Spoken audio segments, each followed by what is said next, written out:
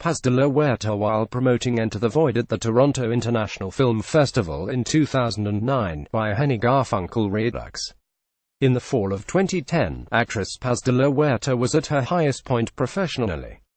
Raised in SoHo and on the Lower East Side by a father descended from Spanish nobility and a mother who is a policy analyst on women's issues in third world countries, de la Huerta had been acting and modeling since her teens, and now seemed to be breaking through. The year before she had co-starred in Gaspar Noé Acute's Enter the Void, which had recently opened in the US, and her recurring role on H-Boss just premiered Prohibition-period gangster drama Boardwalk Empire as mistress to Steve Buscemi's Enoch Nucky Thompson had earned her critical praise. One night that November, de la Huerta ran into Harvey Weinstein at the top of the Standard Bar at the Standard High Line Hotel in Manhattan. She had first met Weinstein while making the movie Cider House Rules when she was 14. De la Huerta had communicated with the producer over the years after the first meeting. At around age 21, she said, Weinstein sent her some science fiction books and suggested she might be right for a role in one of his projects. When they met at the hotel in 2010, de la Huerta was 26 and Weinstein was at the height of his powers as an Oscar-winning producer. The Weinstein Company was about to enter a streak that would see it win Best Picture at the Academy Awards 2 years in a row, first for The King's Speech in 2011 and then The Artist in 2012. Weinstein offered de la Huerta a ride home to Tribeca. In de la Huerta's account of the night, Weinstein arrived at her apartment demanding to come inside and have a drink.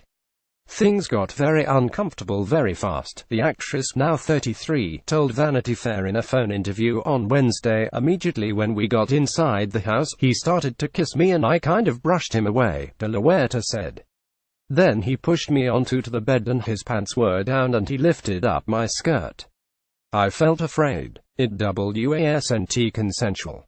It happened very quickly. He stuck himself inside me. When he was done he said he'd be calling me.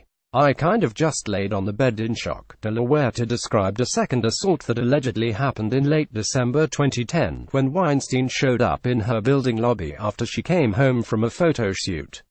The actress said she had been drinking, and was frightened by Weinstein, who had been repeatedly calling her, despite her asking him to leave her alone. He hushed me and said, "Let's talk about this in your apartment," de la Huerta said. I was in no state. I was so terrified of him. I did say no, and when he was on top of me I said, I don't want to do this. He kept humping me and it was disgusting. He's like a pig. He raped me afterward, de la Huerta said. I laid there feeling sick. He looked at me and said, "I'll put you in a play." He left and I never heard from him again.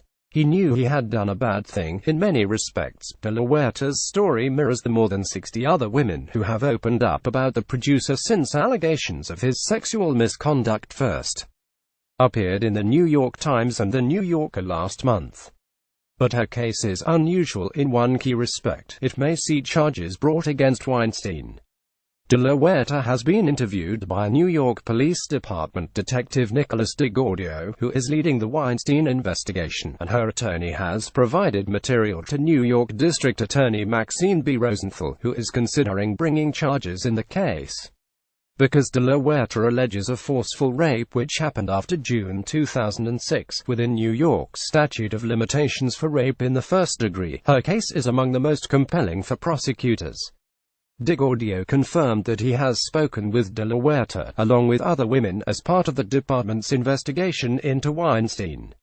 I believe based on my interviews with Paz that from the NYPD standpoint we have enough to make an arrest, DeGordio said. The department has reason to assemble its case with particular care. In 2015, the NYPD questioned Weinstein in connection with a groping allegation involving an Italian model named Ambra Battolana, but the DA declined to move forward with the case, citing insufficient evidence to prove a crime. Police in London and Los Angeles are also pursuing potential criminal cases. Through a spokeswoman, Weinstein has unequivocally denied any allegations of non-consensual sex. She reiterated the position when reached Thursday. At the time of the alleged assaults, de la Huerta said she told one person, her therapist, Suon Pilero, who recently supplied a letter to the actress about her recollections from those sessions. I recall you telling me that Harvey Weinstein was seeking sexual contact with you on more than one occasion with the promise of additional roles, Piliero said in the letter, which de la Huerta has shared with Vanity Fair and with the New York District Attorney's Office. I recall you reporting to me a sexual encounter with Harvey Weinstein involving intercourse in your apartment in 2010 that resulted in you feeling victimized.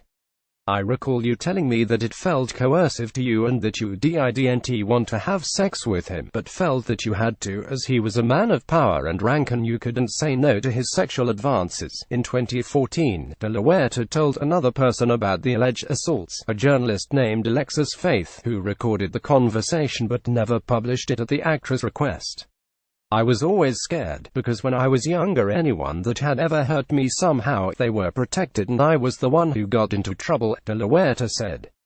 I didn't want to say something that they were gonna make it look like I'm just some slutty girl.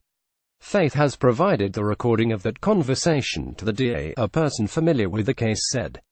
After her experiences with Weinstein, de la Huerta said her life and career took a dark turn. She became depressed and drank excessively. After a second season, HBO did not renew her Boardwalk Empire contract. I was very traumatized, de la Huerta said. I don't think I was taking very good care of myself. What happened with Harvey left me scarred for many years. I felt so disgusted by it, with myself.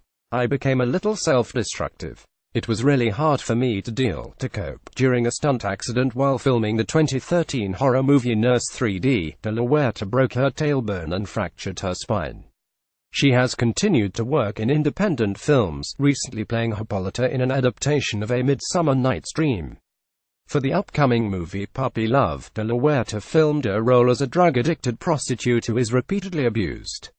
I think it was very therapeutic for me to play her, de la Huerta said. Because I knew how she felt. Get Vanity Fair's HWD newsletter. Sign up for essential industry and award news from Hollywood.